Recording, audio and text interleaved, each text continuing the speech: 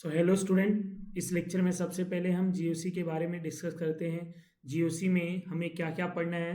तो जीओसी में सबसे पहले हम यहाँ पे स्टार्ट करने वाले हैं types of bond breaking. GOC में हम सबसे पहले क्या स्टार्ट करने वाले हैं? Types of bond breaking.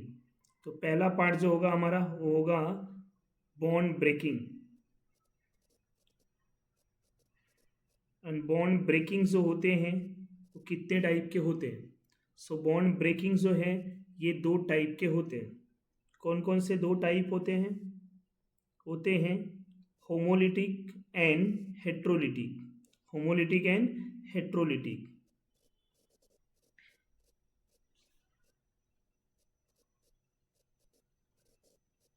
Homolytic breaking and heterolytic breaking.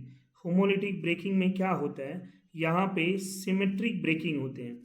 And symmetric breaking का मतलब क्या होता है? Transfer of one one electron, जिसकी वजह से फ्री रेडिकल बनते हैं। क्या बनते हैं?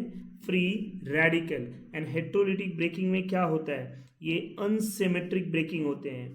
अनसिमेट्रिक ब्रेकिंग में क्या बनता है? यहाँ दो इलेक्ट्रॉन ट्रांसफर होते हैं, तो ट्रांसफर ऑफ टू इलेक्ट्रॉन, जिसकी वजह से हमें चार्ज मिलता है। और चार्ज क्या क्या हो सकते हैं? एक पॉजिटिव चार्ज और एक निगेटिव चार्ज। पॉजिटिव चार्ज को हम क्या बोलेंगे? कैटायन। निगेटिव चार्ज को हम क्या बोलेंगे? एनायन। तो एक कैटायन होगा और दूसरा एनायन होगा, और यहाँ पे बनते हैं फ्री रेडिकल। कैटायन एनायन जो बनते हैं किसके प्रेजेंस में बनेंगे? Polar solvent. फ्री रेडिकल जो बनते हैं किसके प्रेजेंस में बनेंगे? Non polar solvent and helper के प्रेजेंस में। हेल्पर क्या होता है? What is a helper? Helper is heat, electrolyte, light, energy, light, peroxide, energy, radiation. ये होते हैं हेल्पर ना। एग्जाम्पल की बात करूं अगर मैं यहीं पे, कि एग्जाम्पल ऑफ बॉन्ड ब्रेकिंग में, तो सबसे पहले हम यहाँ पे होमोलिटिक ब्रेकिंग की बात करेंगे। तो होमोलिटिक में हम अगर क्लोरीन को ले लिए और यहाँ पे एरो पे यूवी लाइट और सनलाइट रख दिया, तो ये क्लोरीन फ्री रेडिकली टूट जाएगा, Cl डॉट और Cl डॉट बना लेगा। ये क्लोरीन जो है फ्री रेडिकल क्यों बना? क्योंकि एरो पे यहाँ पे यूवी लाइट है। सिमिलरली सेकेंड एग्जांपल में अगर मैंने ब्रोमीन ले लिया, ब्रोमीन को अगर हम यहाँ पे किसी एच म्यू के प्रेजेंस में रिएक्ट करा दें या सनलाइट के प्रेजेंस में रिएक्ट करा दें, तो ये बॉन्ड भी बी आर रेडिकल और बी आर रेडिकल में टूट जाएगा। और थर्ड जो एग्जांपल मैं यहाँ पे ले रहा हूँ, third example that is for heterolytic. तो अगर कोई कंपाउंड है उसको पोलार सॉल्वेंट में रखा जाएगा, तो कंपाउंड आयोनाइज होके हेट्रोलिटिक बॉन्ड ब्रेक करेगा। ये मेरा टर्सरी ब्यूटाइल ब्रोमाइड है। एक्वेस मीडियम में जब हम इसको रखेंगे तो ये टर्सरी ब्यूटाइल कार्बोकेटायन बनाता है और जो है बी आर रेडिकल बनाएगा। तो ये हमें यहाँ पे क्या मिल रहा है? हमें यहाँ पे चार्ज मिल रहा है, एक कैटायन और दूसरा एनायन का। तो पहला पार्ट हमारा टाइप्स ऑफ बॉन्ड ब्रेकिंग कब होगा, कैसे होगा? तो non polar solvent and helper के प्रेजेंस में फ्री रेडिकल बनते हैं, और पोलार सॉल्वेंट के प्रेजेंस में हमारा बॉन्ड जो है वो हेट्रोलिटिक ब्रेकिंग होके हमें कैटायन और एनायन देते हैं। इसके बाद हम लोग यहाँ पे पढ़ने वाले हैं टाइप्स ऑफ सॉल्वेंट।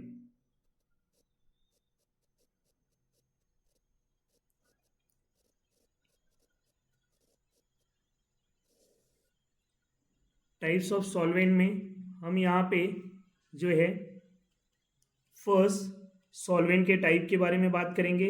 सॉल्वेंट कितने टाइप के हो? टाइप्स ऑफ सॉल्वेंट में पहले जो होंगे वो दो टाइप के होंगे। One is a polar solvent, other one is a non polar solvent. Polar and non polar solvent. तो पोलार सॉल्वेंट का मतलब क्या होता है? ऐसा मॉलिक्यूल जो पोलार हो और सॉल्वेंट में यूज हो, ऐसा मॉलिक्यूल जो नॉन पोलार हो।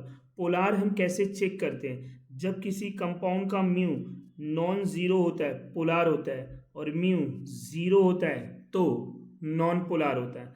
तो पोलार कैसे पहचानेंगे? म्यू वैल्यू से। ये कितने टाइप के होते हैं? दो। कौन से दो? One is a polar protic, other one is a polar aprotic.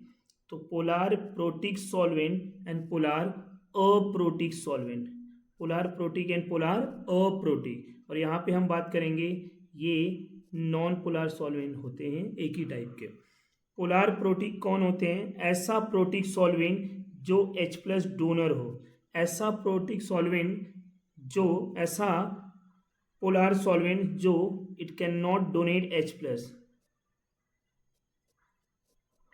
so it cannot donate H+ ion. तो पोलार तो है बट H+ नहीं देते हैं, और ये पोलार है बट H+ जो देता है वो प्रोटिक कहलाता है। अब पोलार प्रोटिक के एग्जाम्पल क्या क्या होंगे? So which one is a example of polar protic? So example of polar protic की अगर मैं बात, so example of polar protic solvent and polar aprotic solvent. Example of protic solvent की अगर मैं बात करूं तो water, alcohol, phenol, carboxylic acid, ammonia और अमाइन है। अप्रोटिक में acetone, dimethyl formamide, dimethyl acetamide and DMSO, dimethyl sulpho oxide. Non protic solvent के example carbon tetrachloride, carbon disulphide, benzene, toluene, n hexane, dichloromethane etcetera. ये सब जो है हमारे example of non polar solvent है। तो एग्जाम्पल ऑफ सॉल्वेंट के बाद हम जो डिस्कस करने वाले हैं, अब हम डिस्कस करने वाले हैं न्यू पार्ट पे, that is our types of effects. हम किसके बारे में डिस्कस करेंगे? टाइप्स ऑफ इफेक्ट्स के बारे में। अब इफेक्ट्स का टाइप क्या होगा? इफेक्ट्स में हम सबसे पहले जो डिस्कस करने वाले हैं student, that is our inductive effect. हम बात करेंगे इंडक्टिव इफेक्ट के बारे में।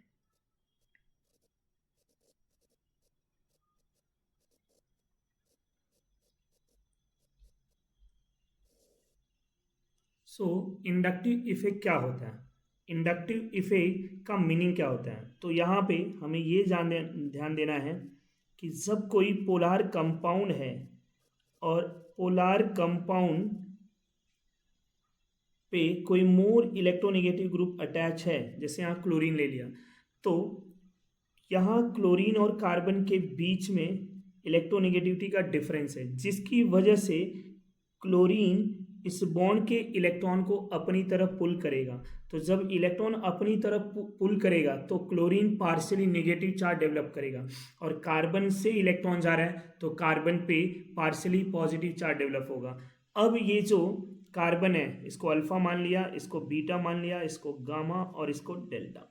तो ये जो अल्फा कार्बन है इस पे भी पार्शियल पॉजिटिव चार्ज बनेगा, और बीटा पे भी पार्शियल पॉजिटिव चार्ज बन रहा है, del1 पॉजिटिव लिख दिया, और गामा पे भी del2 पॉजिटिव चार्ज, इधर del3 पॉजिटिव चार्ज। अब क्लोरीन की वजह से जो पॉजिटिव चार्ज डेवलप हो रहा है कार्बन पे, अलग अलग कार्बन पे, तो सबसे ज्यादा पॉजिटिव चार्ज कहाँ पे होंगे? तो अगर मैं यहाँ पे पूछूं कि ये जो क्लोरीन का इफेक्ट है ये इन कार्बन पे सबसे ज्यादा कौन से वाले कार्बन पे होगा, तो हम बोलेंगे सबसे ज्यादा अल्फा कार्बन पे होगा, फिर बीटा, फिर गामा, एंड फिर जो है हम यहाँ पे लिखेंगे डेल्टा, देन डेल्टा। मतलब क्या है कि ये जो इंडक्टिव इफेक्ट है, ये इंडक्टिव इफेक्ट जो है डिस्टेंस डिपेंडेंट इफेक्ट है। क्या है? Distance dependent effect. क्लोरीन की वजह से जो पार्शियल पॉजिटिव चार्ज डेवलप हो रहा है वो सबसे ज्यादा अल्फा कार्बन पे होगा। तो ये जो इंडक्टिव इफेक्ट का कॉन्सेप्ट है वो डिस्टेंस डोमिनेटिंग इफेक्ट है। ये डिस्टेंस के ऊपर जो है इफेक्ट करता है। जैसे जैसे डिस्टेंस बढ़ रहा है यहाँ पे गामा पे ये इफेक्ट सबसे कम हो जा रहा है। अब अगर मैं इनके डेफिनेशन की बात करूं, so what is a inductive effect? It is permanent partial transfer of electron,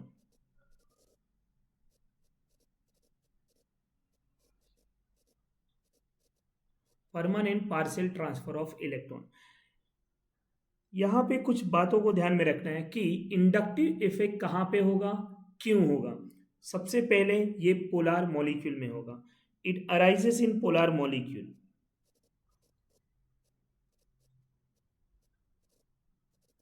It arises in polar molecule.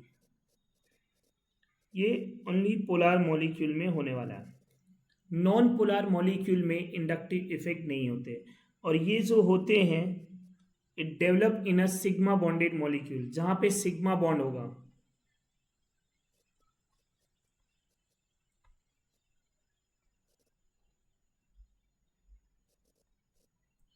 So it arises in sigma bond. Pi bond में ये इफेक्ट नहीं होते, और ये परमानेंट इफेक्ट है. It is a permanent effect, और ये जो है डिस्टेंस डिपेंडेंट होता है.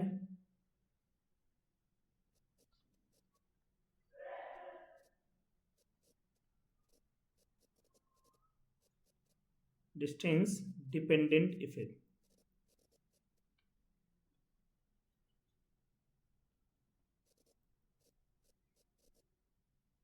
डिस्टेंस डिपेंडेंट इफेक्ट, डिस्टेंस को डिपेंड करता है. तो ये तो हो गया इंडक्टिव इफेक्ट के एक कॉन्सेप्चुअल पार्ट. इंडक्टिव इफेक्ट कितने टाइप के होते हैं, अगर मैं बात करूं कि इंडक्टिव इफेक्ट कितने टाइप के होते हैं, तो it is a two type. It is two type. कौन से दो टाइप होते हैं? अगर मैं आई इफेक्ट के टाइप की बात करूं, तो आई इफेक्ट दो टाइप के होते हैं. कौन से दो टाइप के होते हैं? इंडक्टिव इफेक्ट दो टाइप के होते हैं. तो कौन से दो टाइप के होते हैं? One is a plus I and other one is a minus I. Plus I and minus I. अब प्लस आई क्या होते हैं और माइनस आई क्या होते हैं? प्लस आई जो होता है that is EDG group. EDG, और इन्हीं को ईआरजी बोला जाता है. माइनस आई जो होते हैं इनको हम ईडब्ल्यूजी बोलते हैं. प्लस आई को हम ईडीजी और माइनस आई को ईडब्ल्यूजी बोलते हैं. अब ईडीजी और ईडब्ल्यूजी का मीनिंग क्या होता है? What is the EDG and what is the EWG? EDG means electron donating group, EWG means electron withdrawing group. कौन कौन इलेक्ट्रॉन डोनेट कर सकते हैं?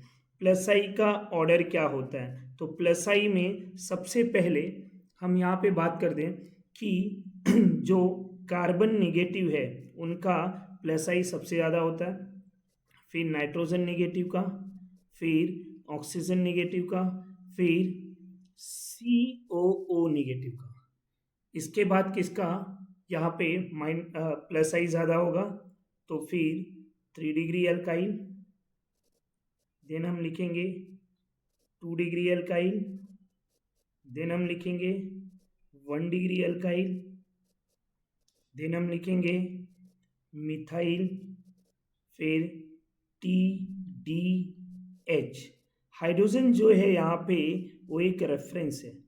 हाइड्रोजन न तो प्लस आई में कंसीडर करेंगे न तो माइनस आई में.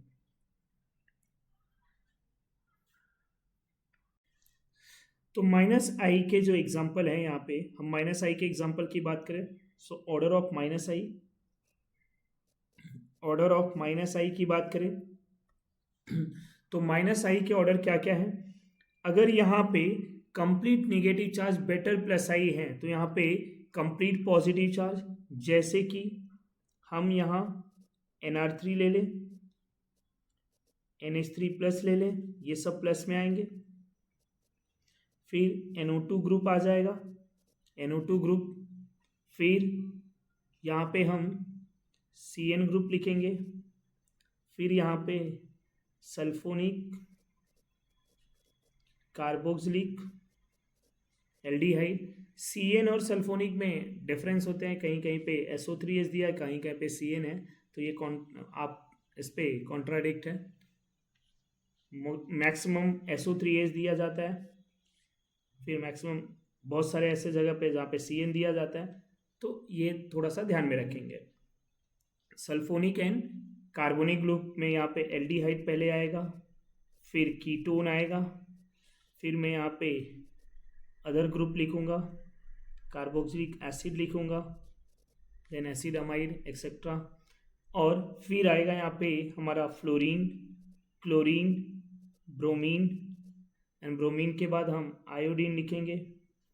फिर मैं यहाँ पे लिखूँगा OR ग्रुप, OR के बाद OH ग्रुप, OH के बाद NH2 ग्रुप, NH2 के बाद हम यहाँ पे फिनाइल ग्रुप लिखेंगे, और फिनाइल के बाद जो है हमारा डबल बॉन्ड, और फिर जो है यहाँ पे हम हाइड्रोजन लिख देंगे। तो हाइड्रोजन वंस अगेन हमारा रेफरेंस होगा। क्या हो गया? रेफरेंस हो गया। तो अब ये प्लस आई और माइनस आई के ऑर्डर हो चुके हैं। प्लस आई और माइनस आई के जो ऑर्डर हैं इसको हमें ध्यान में रखना है। माइनस आई के ऑर्डर में NR3, NH3, NO2, CN, sulphonic, carboxylic, carboxylic में हमारे एल्डिहाइड, कीटोन, एसिड, ये सब अमाइड आ जाएंगे। Fluorine, chlorine, bromine, iodine, OR, OH, NH2, phenyl and then hydrogen. तो प्लस आई और माइनस आई को ध्यान में रखना है। अब इनके की पॉइंट्स क्या हैं, हमें क्या ध्यान में रखना है? तो पहले तो मैं इनके एप्लीकेशन की बात करूंगा।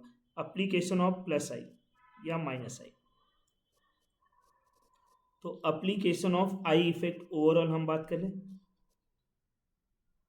फिर एक एक करके हम डिस्कस करेंगे कि प्लस आई का क्या एप्लीकेशन है, किसको स्टेबल करेगा, और माइनस आई किसको स्टेबल। तो application of I effect, first अगर मैं बात करूं, पहला point, plus I group directly proportional to stability of carbocation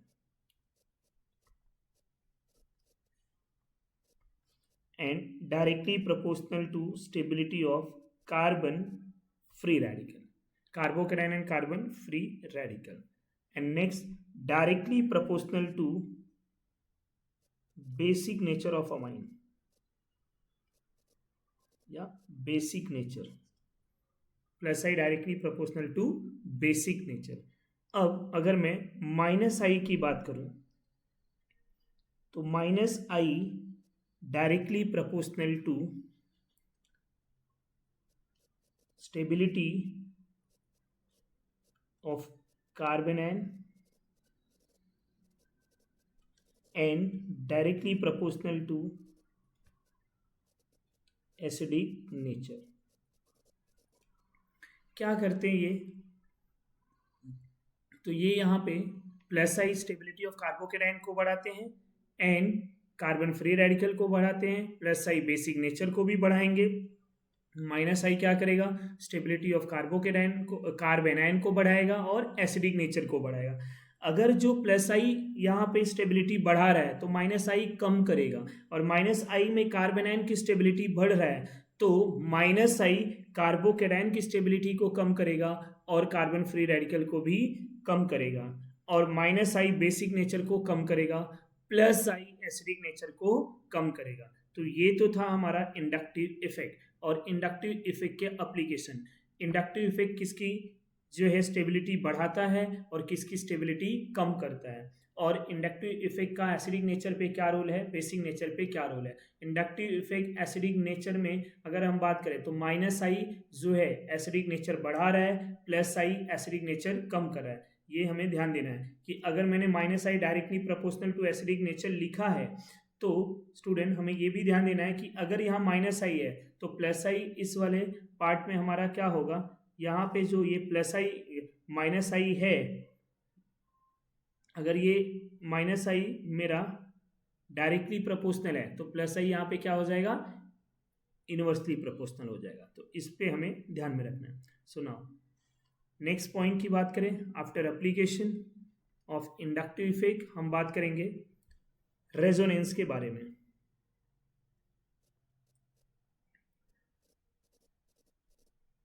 resonance effect, next effect जो होगा वो रेजोनेंस इफेक्ट होगा। अब रेजोनेंस इफेक्ट क्या होता है और रेजोनेंस कहाँ पे होगा? तो सबसे पहले मैं यहाँ पे रेजोनेंस के कुछ एग्जांपल की बात करूँगा। जैसे मैंने बेंजीन ले लिया और बेंजीन में मैं यहाँ पे दो स्ट्रक्चर्स के बारे में डिस्कस किया। बेंजीन के ये दोनों स्ट्रक्चर्स में एटम का पोजीशन सेम है बट इनके अरेंजमेंट पाई बॉन्ड के अलग अलग है। पाई बॉन्ड के अरेंजमेंट अलग अलग है, इनके कैनोनिकल रिप्रेजेंटेशन सेम है और रेजोनेंस हाइब्रिड ये हो गया। तो ये दोनों जो स्ट्रक्चर हैं 1 and 2, that is our resonating structure, जिसको हम हाइपोथेटिकल भी बोलते हैं। और ये जो है ये हमारा रेजोनेंस हाइब्रिड है। तो ये दो रेजोनेटिंग स्ट्रक्चर्स बने हैं और एक रियल स्ट्रक्चर्स बने हैं। तो रेजोनेटिंग स्ट्रक्चर्स क्या होते हैं? रेजोनेटिंग स्ट्रक्चर्स ऐसे स्ट्रक्चर्स होते हैं कि मॉलिक्यूल जो है अपने एटम के पोजीशंस को फिक्स रखते हैं, ओनली पाई इलेक्ट्रॉन को ट्रांसफर करते हैं। तो यहाँ पे पाई इलेक्ट्रॉन ट्रांसफर होता है। तो what is resonating effect? When a molecule draw more than one structures, their canonical representation same but the movement of pi electron different, या the pi electron position are different are known as resonance effect. यहाँ पे pi electron ही differ होंगे. Sigma bond cannot participate in a resonating structures. resonating structures में sigma bond participate नहीं होते. यहाँ पे और एक बात ध्यान में रखना है कि हमारा जो रेजोनेंस होगा वो कहाँ पे होगा? So resonance can take place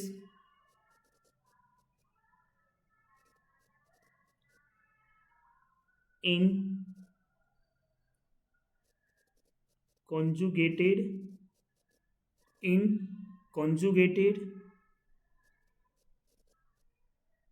planar parallel p orbital, in conjugated planar parallel p orbital या एनी ऑर्बिटल। अब conjugated कौन कौन से हैं? There are 7 conjugated system.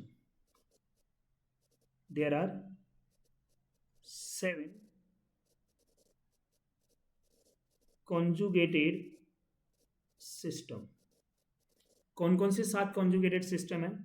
यहाँ पे मैं बता दूं जहाँ पे रेजोनेंस होगा, carbon double bond carbon with positive charge, and then double bond with negative charge, double bond with free radical, and double bond with lone pair, and double bond with double bond, and 6 one जो होंगे that is our positive charge adjacent lone pair, and the 7th one is negative charge adjacent vacant d orbital. इतने हमारे resonance हैं। कहाँ कहाँ पे? There are 7 conjugated system, double bond conjugation with positive charge, double bond conjugation with negative charge, double bond conjugation with free radical, double bond conjugation with lone pair, double bond conjugation with double bond, positive charge conjugation with lone pair, and negative charge conjugation with vacant d orbital.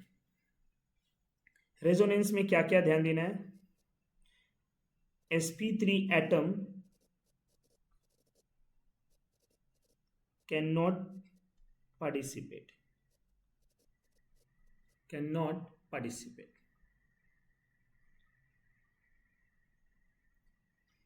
Next point, only pi electron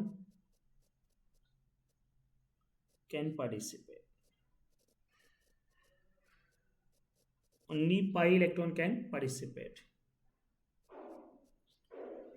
inductive में sigma electron participate किए थे, sigma bond molecule participate हुए थे, यहाँ पे only pi electron. Pi electron के example क्या क्या हो सकते हैं? Double bond, triple bond, lone pair, negative charge, ये सब जो है पाई इलेक्ट्रॉन है, मतलब ये सब ट्रांसफर होंगे, सिग्मा एटम पार्टिसिपेट नहीं होगा। One more important point, atom shifting not allow.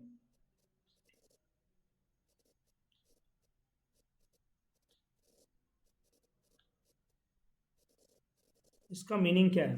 Atom shifting not allow means किसी भी रेजोनेंस में हम एटम को शिफ्ट नहीं करेंगे, only transfer of pi electron, only transfer of pi electron. Net charge remains same, net charge in all resonating structures remains same.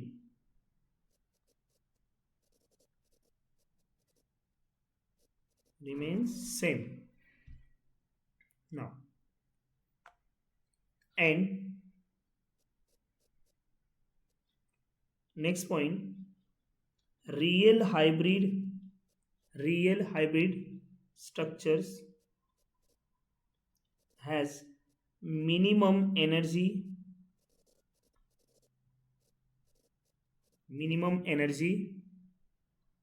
maximum stability. इसका meaning क्या है? That means RH are more stable than RS. RH जो होगा, RH means what? Real structures. ये जो benzene के ये RH structures है, ये ज़्यादा स्टेबल होंगे किससे? रेजोनेटिंग स्ट्रक्चर से. तो RH are more stable than RS. हमेशा RH ज़्यादा स्टेबल होगा. किससे ज़्यादा स्टेबल होगा? RH जो है RS से स्टेबल होगा. अब अगर मुझे RS की स्टेबिलिटी की बात करनी है तो हम क्या बोलेंगे? more number of RS more is the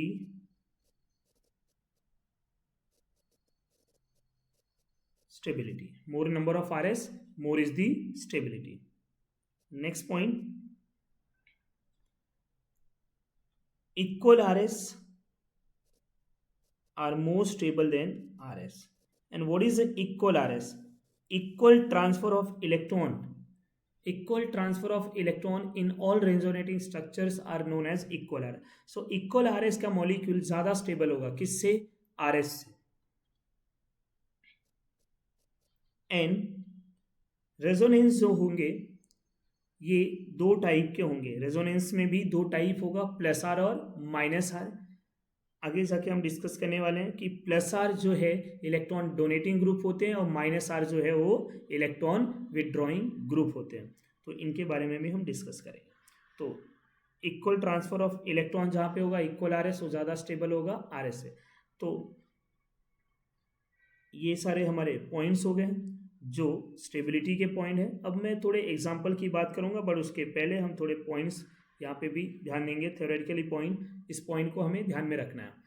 अब हम कुछ एग्जाम्पल की बात करेंगे. एग्जाम्पल में पहला एग्जाम्पल जो होगा हमारा, दैट इज फर्स्ट टाइप जो है वो, अगर मैंने कोई डबल बॉन्डेड मॉलिक्यूल ले लिया है और उस पर कोई पॉजिटिव चार्ज है तो इनका रेजोनेंस कैसा होगा.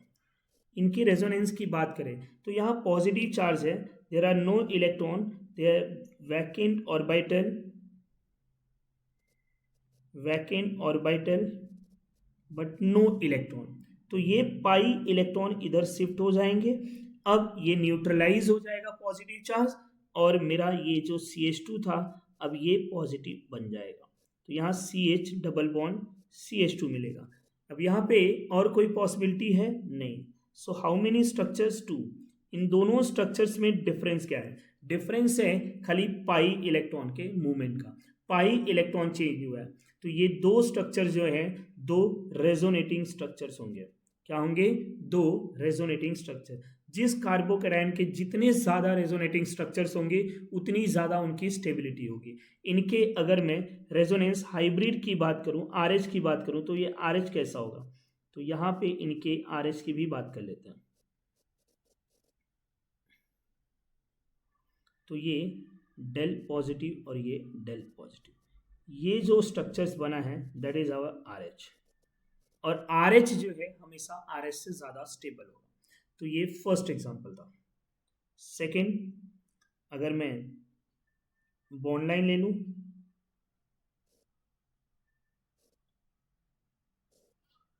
यहाँ पे ऐसे दो डबल बॉन्ड, एक पॉजिटिव चार्ज, इनके रेजोनेंस की बात करूं तो यहाँ पे भी सेम होगा. ये इधर जाएंगे. अब इस बार कौन से टाइप का स्ट्रक्चर्स बनेगा? कहाँ पे पॉजिटिव चार्ज बनेगा? तो इस बार 2 डिग्री पॉजिटिव चार्ज बनेगा यहाँ पे. ये दो रेजोनेटिंग और रेजोनेटिंग स्ट्रक्चर्स बन सकते हैं क्या? हाँ. कैसे बन सकते हैं? ये पाई बॉन्ड इधर आ जाएगा. अब यहाँ पे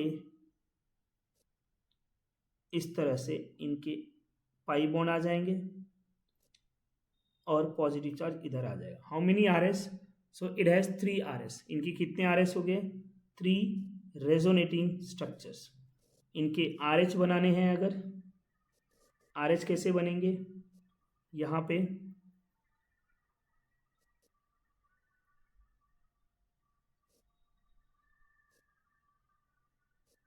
आर एच बनाने के लिए हमें ऐसे पार्शियल डॉटेड इलेक्ट्रॉन बताना होगा और सब जगह पे बताना होगा, क्योंकि पाई इलेक्ट्रॉन सब जगह पे है। तो पॉजिटिव चार्ज कहाँ कहाँ पे आएगा, जहाँ जहाँ पे ये पूरे रेजोनेंस में है, डेल पॉजिटिव और ये डेल पॉजिटिव। इस तरह से ये इनका आर एच हो जाएगा। ये कौन सा स्ट्रक्चर है, ये 3RS है और ये आर एच है। अब 1 एंड 2 में कौन सबसे ज़्यादा स्टेबल है, 2। क्यों, यहाँ पे 3RS मिले हैं, यहाँ पे 2RS मिले हैं। तो हमें ये भी ध्यान देना है कि जो है कौन से कार्बोकेटाइन ज़्यादा स्टेबल होंगे और कौन से कम। तो ये हमारा फर्स्ट टाइप था। सेकेंड टाइप की बात करें तो सेकेंड टाइप जो है double bond conjugation with free radical है हमारा, तो हम उसकी भी बात कर लेते हैं। Double bond conjugation with free radical,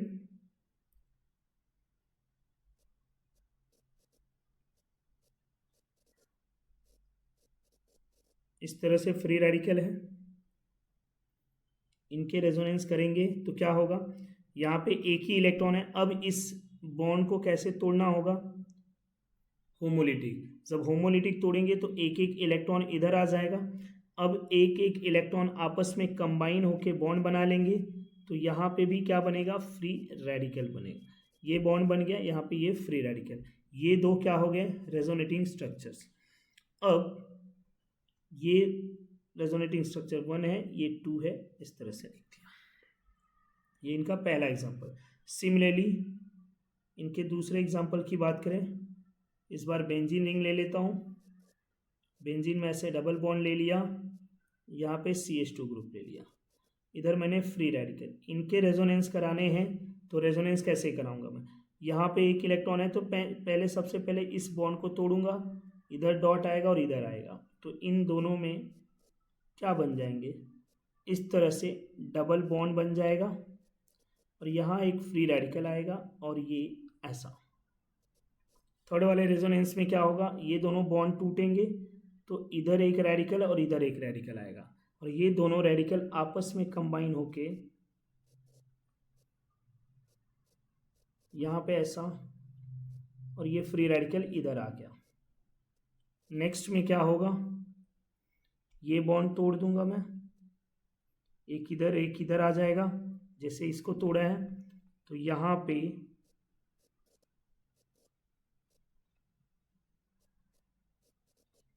ये ऐसा पाई और यहाँ फ्री रेडिकल। लास्ट वाले रेजोनेंस में क्या करेंगे हम, लास्ट वाले में ये पाई बॉन्ड को भी हम तोड़ देंगे, तो एक एक इलेक्ट्रॉन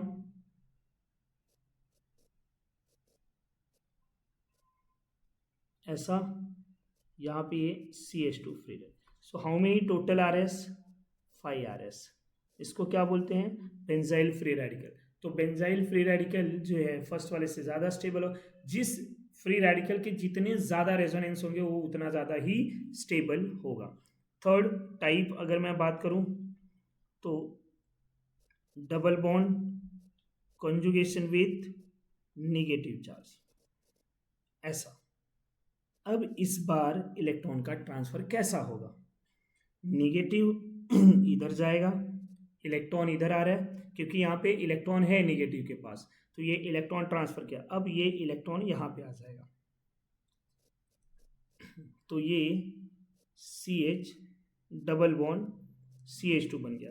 कितने RS बने, दो रेजोनेटिंग स्ट्रक्चर्स हुए। अब रेजोनेंस का अगर मैं कॉन्सेप्ट की बात करूं तो सारे कॉन्सेप्ट रेजोनेंस में सेम ही होंगे। फर्क क्या देखना है हमें, डिफरेंस क्या देखना है, मूवमेंट ऑफ इलेक्ट्रॉन। निगेटिव में कैसा डायरेक्शन जा रहा है, फ्री रेडिकल में एक एक इलेक्ट्रॉन टूट के हो रहा है, और कार्बोकेटाइन में अगर बात करें तो यहाँ पे कोई इलेक्ट्रॉन नहीं था, इसकी बात करूं तो यहाँ पे कोई इलेक्ट्रॉन नहीं था, इसलिए इसको इलेक्ट्रॉन दे के रेजोनेंस कराया गया। और यहाँ पे अगर मैं थर्ड में बात करूं तो इसके पास इलेक्ट्रॉन है, तो इसने क्या किया है, इलेक्ट्रॉन दिया है। क्यों दिया है, क्योंकि इसके पास इलेक्ट्रॉन है, तो दोनों का डिफरेंट डायरेक्शन है। यहाँ पे दो रेजोनेटिंग स्ट्रक्चर्स हुए, जितने नंबर ऑफ RS होंगे उतनी ज़्यादा उनकी स्टेबिलिटी होगी। तो इस एनायन में अगर मैं और भी एग्जांपल ले लूँ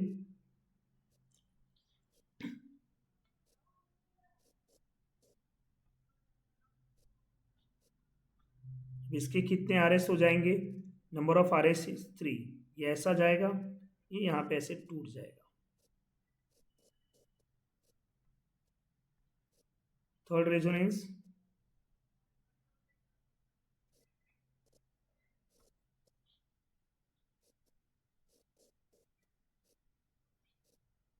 इस तरह से।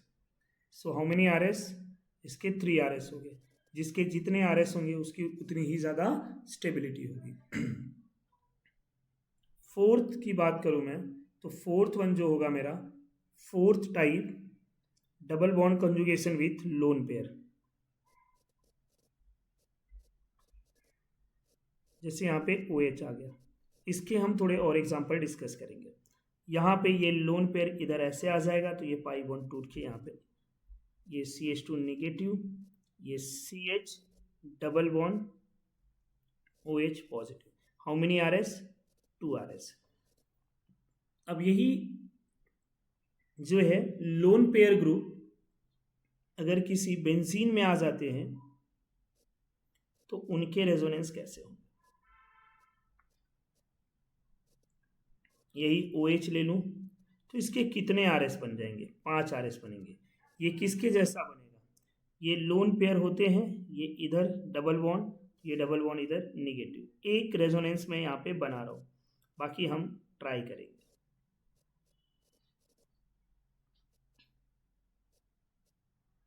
फिर ये निगेटिव इधर, ये इधर आ जाएगा।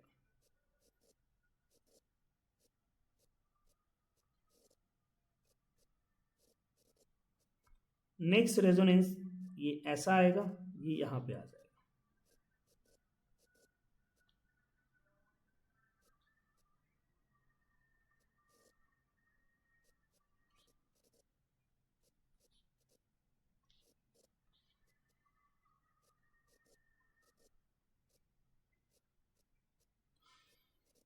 So how many R S, 5 R S. इसके भी कितने रेजोनेंस हुए, 5 रेजोनेटिंग स्ट्रक्चर्स हो गए। तो बेंजीन रिंग पे कोई भी ग्रुप आ जाए उसके 5 रेजोनेंस होंगे मिनिमम, अगर वहां पे रेजोनेंस हो रहा है तो।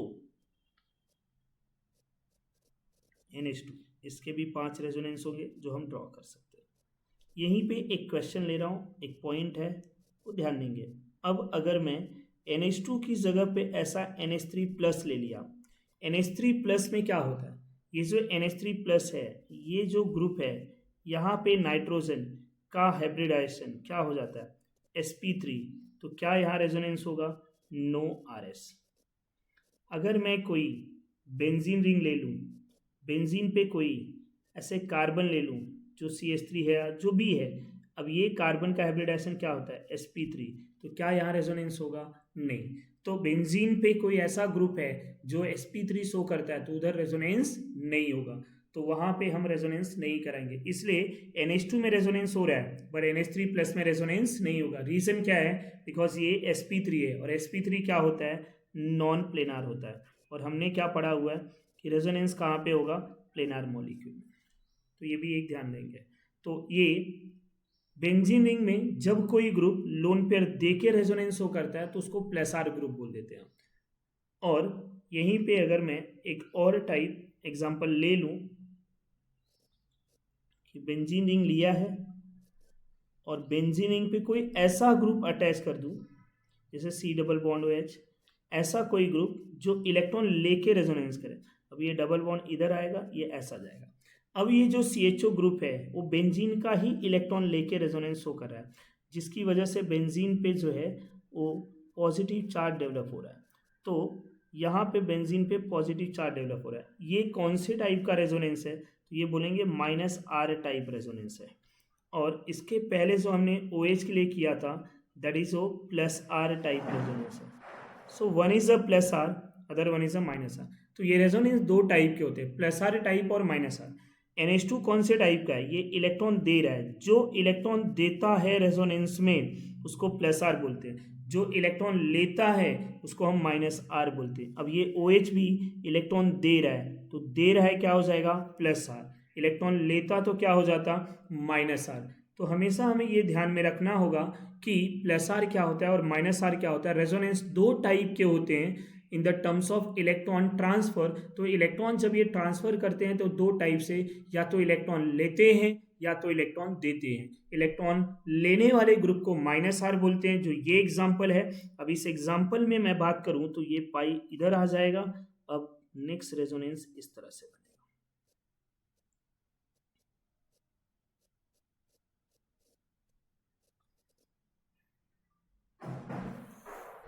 फोर्थ में ये इधर आ जाएगा।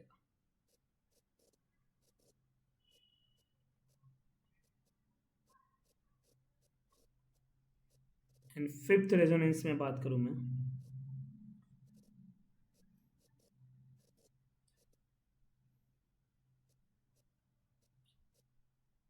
ये इस तरह से यहां पे क्या होगा, ये ऐसा, तो ये प्लस जब होगा तो ये माइनस इधर ऐसा आ जाएगा। तो ये 5 रेजोनेंस है, बेसिकली 5 रेजोनेंस होंगे ग्रुप में, अगर कोई एडिशनल ग्रुप नहीं है तो यहाँ पे 5 रेजोनेंस है। ये कौन से टाइप के एग्जाम्पल हैं, माइनस आर। माइनस आर के और कौन से एग्जाम्पल ले सकते हैं, जैसे मैं CH2 डबल बॉन्ड CH ले लिया, यहाँ पे मैं कोई और ग्रुप ले लूँ, जैसे कि कीटोन ग्रुप ले लूँ, NH2 ग्रुप, NO2 ग्रुप ले लूँ। NO2 ग्रुप भी कौन से टाइप का ग्रुप है। अब ये जब रेजोनेंस शो करेगा तो ये इसका ही इलेक्ट्रॉन लेके शो करेगा। तो यहाँ पे जो रेजोनेंस हो रहा है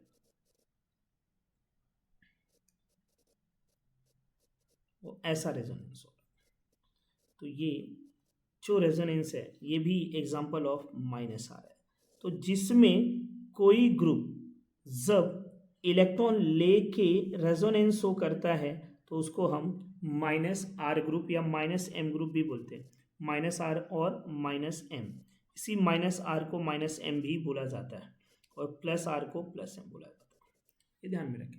इसी को हम मेसोमेरिक इफेक्ट बोलते हैं। सारे मेसोमेरिक रेजोनेंस होते हैं बट सारे रेजोनेंस मेसोमेरिक नहीं होते।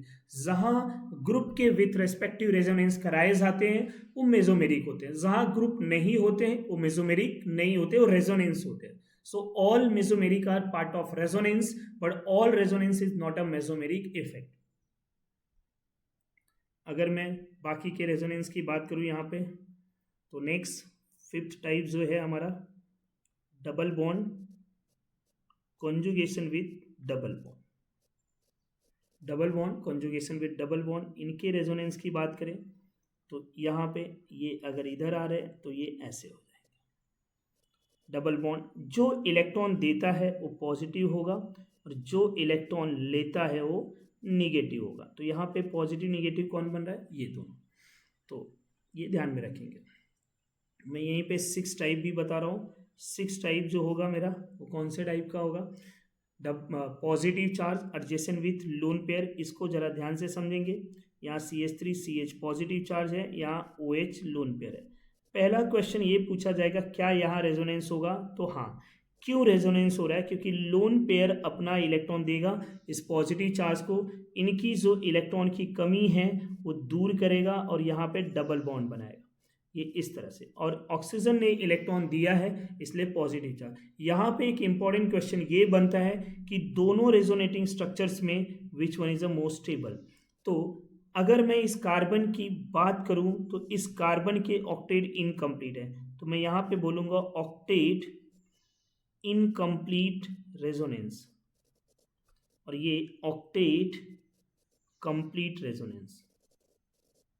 तो ऑक्टेट कंप्लीट है, ऑक्टेट इनकम्प्लीट है, तो कंप्लीट के लिए ज़्यादा स्टेबल होगा। तो यहाँ अगर मैं स्टेबिलिटी की बात करूँ, so which resonating structure are most stable, तो हम बोलेंगे 2 इज मोर स्टेबल देन 1, क्योंकि रेजोनेटिंग स्ट्रक्चर्स की स्टेबिलिटी के लिए सबसे पहले ऑक्टेट रूल देखा जाता है, फिर क्या देखा जाता है, EN रूल।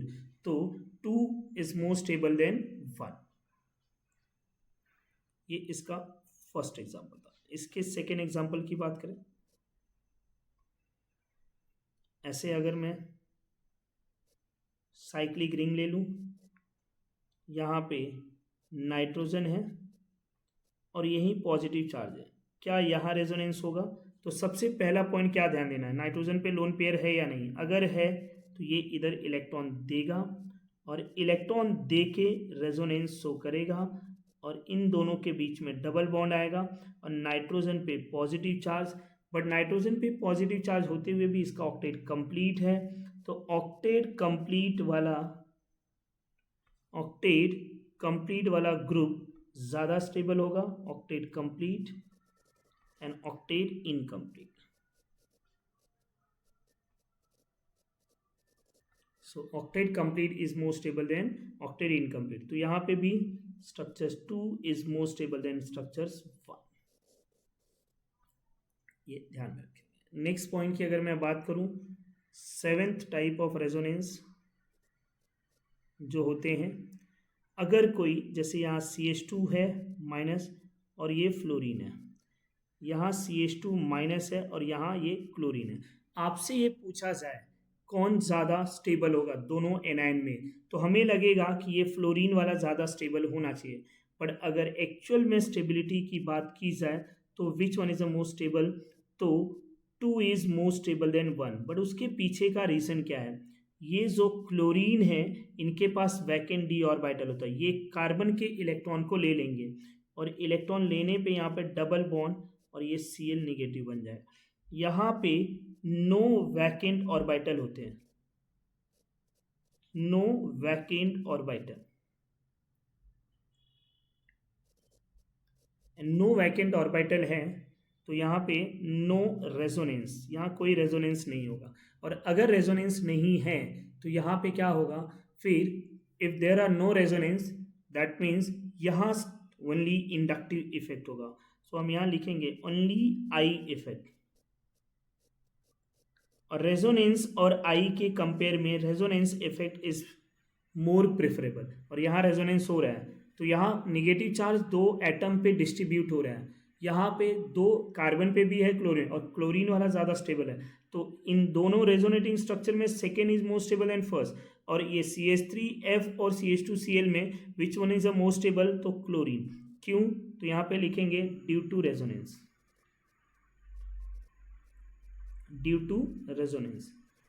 एक में रेजोनेंस हो रहा है एक में नहीं हो रहा है, तो जिसमें रेजोनेंस हो रहा है वो ज़्यादा स्टेबल है, जिसमें नहीं हो रहा है वो रेजोनेंस वो मॉलिक्यूल कम स्टेबल है। तो resonance effect is a more dominating over inductive effect, ये भी ध्यान में रखेंगे। तो ये 7 टाइप थे रेजोनेंस के। रेजोनेंस की अगर मैं बात करूं तो प्लस आर और माइनस आर 2 टाइप के होते हैं, आर इफेक्ट 2 टाइप के होते हैं, जैसा कि हमने अभी डिस्कस किया। बट कौन सा ग्रुप कौन से टाइप में है हम वो भी डिस्कस कर लेते हैं। 2 होते हैं, प्लस आर और माइनस आर। प्लस आर को ही हम प्लस एम बोलते हैं, माइनस आर को ही हम माइनस एम बोलते हैं। ऐसा ग्रुप जो लोन पेयर कैरी करता है, जैसे OH group, NH2 group, NH group, NHR, OR group, complete O minus, complete NH minus, ये सब ग्रुप प्लस आर वाले होते हैं। और हेलोजन ग्रुप भी प्लस आर है, हेलोजन, क्योंकि हेलोजन पे भी लोन पेयर होते हैं। माइनस आर में एल्डिहाइड हो जाएंगे क्योंकि यहाँ कोई कार्बन पे लोन पेयर नहीं है, कीटोन हो जाएंगे, फिर C double bond O NH2 हो जाएंगे। ये सब में कोई जो है हमारे पास लोन पेयर नहीं है। फिर SO3H हो जाएंगे, साइनाइड हो जाएंगे, C ट्रिपल बॉन्ड N होता है, NO2 हो जाएंगे, ये भी माइनस M वाले ग्रुप है। तो all these are minus M and this group are plus M। तो माइनस M ग्रुप क्या करते हैं, इलेक्ट्रॉन विड्रॉ करते हैं, और प्लस आर ग्रुप क्या करते हैं, इलेक्ट्रॉन डोनेट करते हैं। पॉजिटिव टर्म का मतलब होता है डोनेटिंग, तो ये डोनेटिंग ग्रुप है, ये डोनेटिंग है, और ये जो ग्रुप है ये विड्रॉइंग है। अब एक क्वेश्चन बनता है फॉर हेलोजन, ये याद रखेंगे। हेलोजन एक एक्सेप्शनल केसेस है। हेलोजन जो है रेजोनेंस में प्लस आर देता है, but halogen is a withdrawing group. So halogen resonance is plus R, but it is withdrawing group.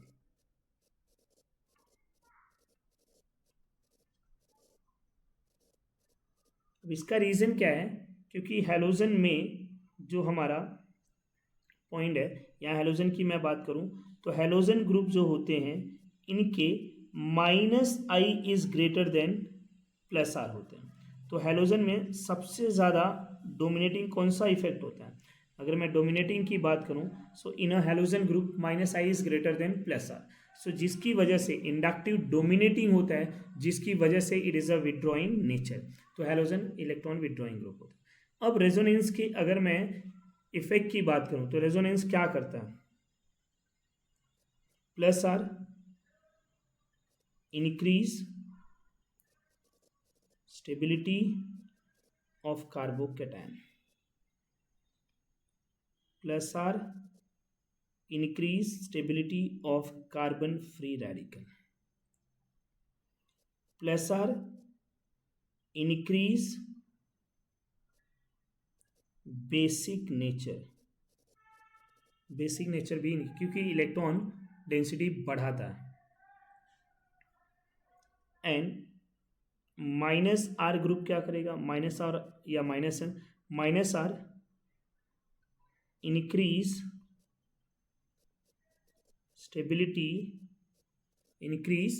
Stability of carb anion, -R increase acidic nature, -R increase acidic nature and -R group जो होंगे यहाँ पे, -R group increase acidic nature, -R group increase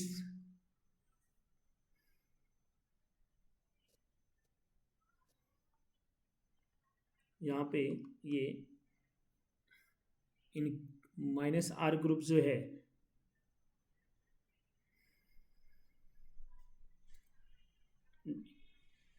-R group की अगर मैं directly relation की बात करूँ तो ये दोनों ज़्यादा होंगे। फिर यहाँ पे हम इनकी इन्वर्सली रिलेशन की बात कर सकते हैं, तो हम ऐसा भी बोल सकते हैं कि -R group decrease basic nature and -R group decrease stability of carbocation and carbon free radical. ये ध्यान में रखेंगे। और ये क्या करेंगे? +R decrease acidic nature. ये पॉइंट को हम ध्यान में रखेंगे। ये इनके की पॉइंट है, ये इनके की फैक्टर है, ये ध्यान में रखेंगे। कौन एसिडिक नेचर को बढ़ाता है, कौन एसिडिक नेचर को कम करता है, इन पॉइंट्स को हम ध्यान में रखेंगे। नेक्स्ट जो पॉइंट है हमारा वो है hyper conjugation.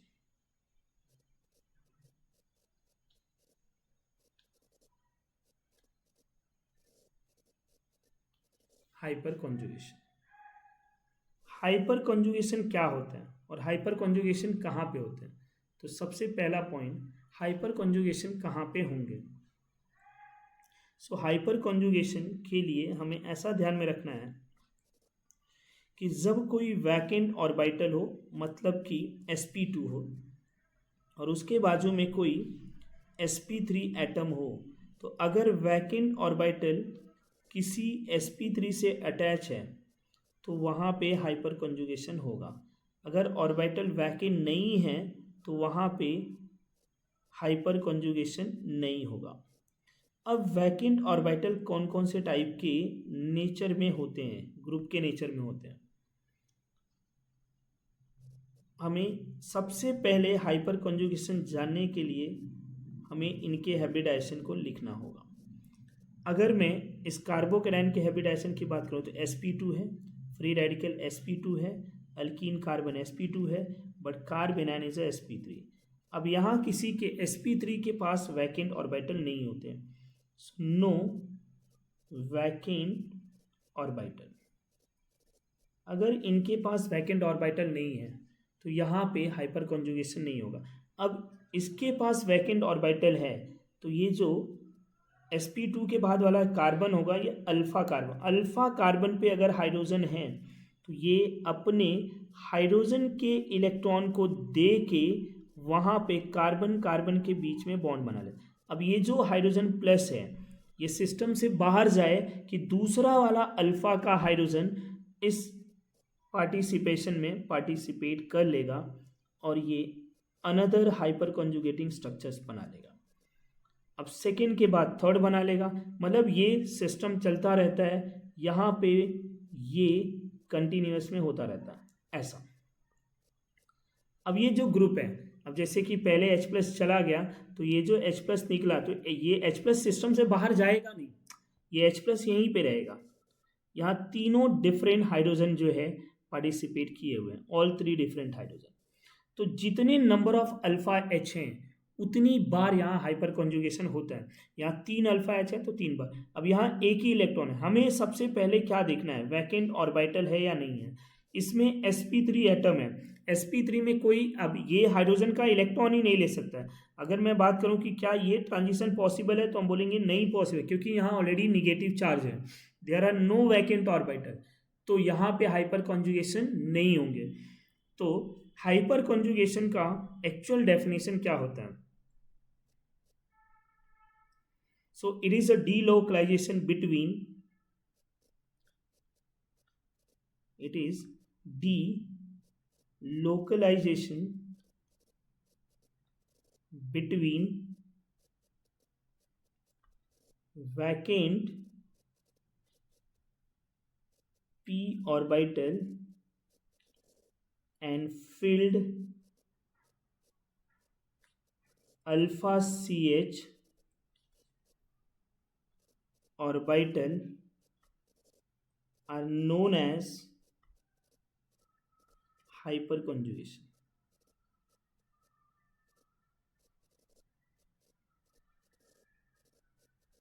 Are known as hyperconjugation. उसी को हम क्या बोलते हैं? hyperconjugation. It is a permanent effect.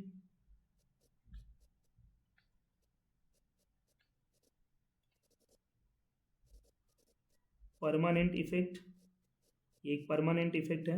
It is also known as Baker Nathan effect. इसी को हम और क्या बोल सकते हैं?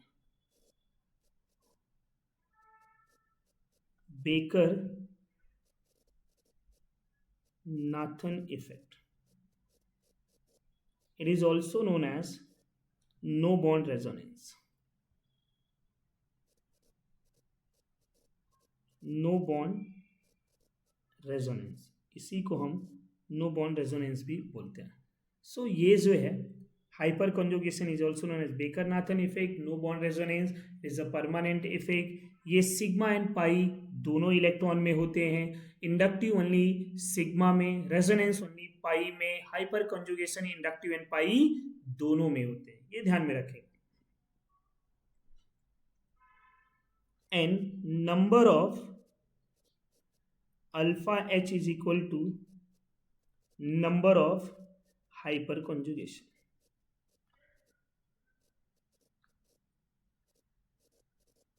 And more, next point, more number of hyperconjugation, or you can say number of hyperconjugation which is equal to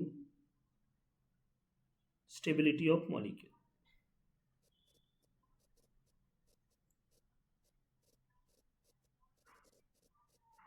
stability of molecule, इसका meaning क्या है?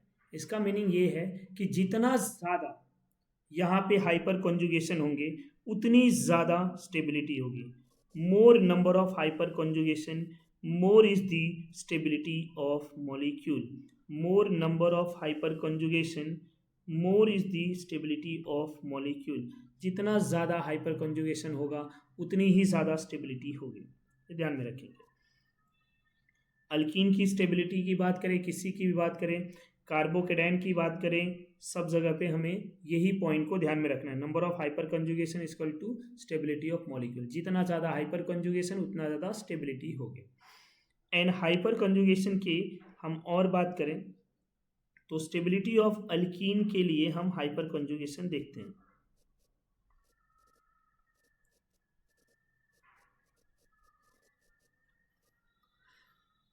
Stability of alkene directly proportional to hyperconjugation. जितना ज़्यादा hyper conjugation होगा उतनी ज़्यादा stability of alkyne होगा, ये ध्यान में रखेंगे। तो अल्कीन में हाइपर कंजुगेशन कैसे होता है वो भी बात कर लेते हैं। तो यहाँ पे सबसे पहले ये अल्फा का बॉन्ड इधर आएगा तो ये पाई बॉन्ड टूट के निगेटिव होगा।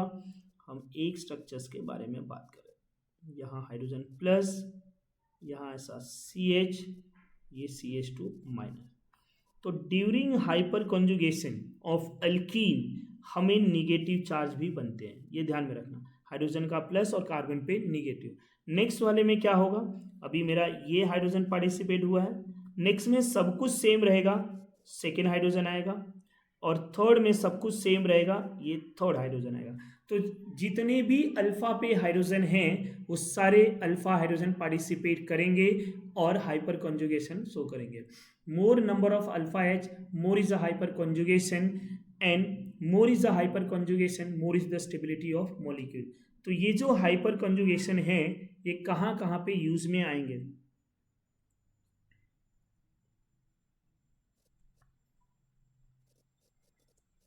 Stability of carbocation,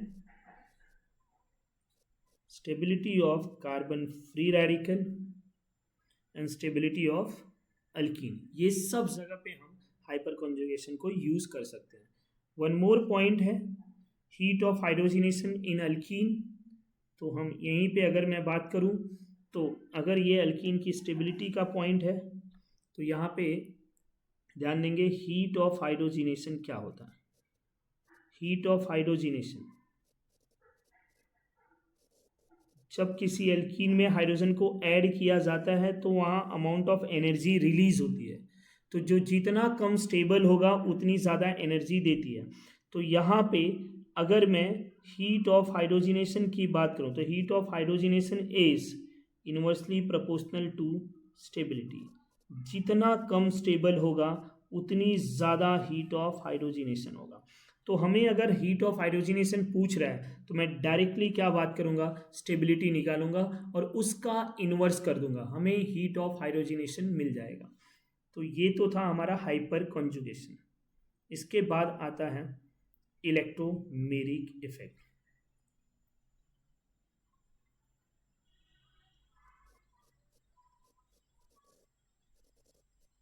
electromeric effect क्या होते हैं हमें ये ध्यान देना है। ये electromeric as a temporary effect, it is a temporary effect, ये एक टेम्परेरी इफेक्ट है। ये होता कहाँ पे है, सो ये जो इलेक्ट्रोमेरिक इफेक्ट है ये इन द प्रेजेंस ऑफ ऐसे ग्रुप के होंगे जो हमारा इलेक्ट्रॉन को जो है विड्रॉ करेगा या डोनेट करेगा, बट टेम्परेरी केसेस पे। तो ये सबसे पहले हम इनके एग्जाम्पल की बात करें, जैसे कि कोई अल्कीन ले लिया मैंने और अल्कीन में किसी रिएजेंट जैसे लुईस एसिड AlCl3 को ऐड कर दिया इलेक्ट्रॉन डेफिशिएंट ग्रुप को। तो अब ये AlCl3 एक लुईस एसिड होता है, यहाँ पे मल्टीपल बॉन्ड पाई बॉन्ड है, तो ये अपना इलेक्ट्रॉन इसको दे देंगे। अब जैसे इन्होंने अपना इलेक्ट्रॉन दिया इस कार्बन पे प्लस आ जाएगा और ये AlCl3 ऐसा, अब ये माइनस हो गया। अब ये जो अल्कीन था ये नॉन पोलार था, बट यहाँ पे पॉजिटिव और निगेटिव चार्ज डेवलप हो गए, तो यहाँ पे पोलारिटी इंड्यूस्ड हो गया। पोलारिटी इंड्यूस्ड होना, पोलारिटी कैसे इंड्यूस हुआ, क्योंकि यहाँ positive and negative charge develop हो गया। और क्यों हुआ, क्योंकि ये रिएजेंट अटैक हुआ। तो इलेक्ट्रोमेरिक इफेक्ट कैसे आता है, किसी मल्टीपल बॉन्ड ग्रुप पे जब कोई रिएजेंट अटैक करता है तो वहां पे इलेक्ट्रोमेरिक होता है। ये जो है अगर ये मेरा रिएजेंट को इलेक्ट्रॉन दिया जा रहा है, अब यहाँ पे हो क्या रहा है कि अल्कीन जो है AlCl3 को इलेक्ट्रॉन दे रहा है, तो ये प्लस E इफेक्ट हो गया, और एक माइनस E इफेक्ट होता है। माइनस E में क्या होगा कि अगर कोई ऐसा ग्रुप है जो पोलार है उस पे मैं किसी रिएजेंट जैसे AlCl3 को ही अटैक करा दूं, तो जब अटैक करेगा तो होगा क्या कि ये रिएजेंट का ये इलेक्ट्रॉन ऐसे यहाँ पे ट्रांसफर हो रहा है। अब ये O AlCl3 बन गया। अब हो क्या रहा है कि यहाँ जो पोलैरिटी कार्बन एंड ऑक्सीजन के बीच में था, अब वो पोलैरिटी जो है यहाँ कार्बन पॉजिटिव और AlCl3 negative, carbon and AlCl3 के बीच में हो गया ऐसा। अब ये जो पोलैरिटी था वो पोलैरिटी दूर चला गया, मतलब इनहांस्ड हो गया। पोलैरिटी का डेवलप होना प्लस ई इफेक्ट होता है, पोलैरिटी का इनहांस्ड होना वो माइनस ई इफेक्ट होता है। तो ये जो होते हैं प्लस ई और माइनस ई, ये जो मेरा इलेक्ट्रोमेरिक इफेक्ट है ये कब होगा? इन दी अटैकिंग ऑफ रिएजेंट।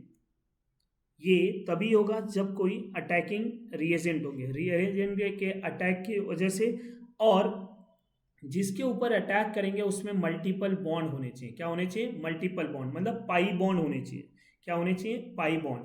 तो ये ऐसा इफेक्ट है जो टेम्परेरी इफेक्ट है, बाई अटैकिंग ऑफ रिएजेंट होते हैं, और ये दो टाइप के होते हैं, one is a plus E, other one is a minus E.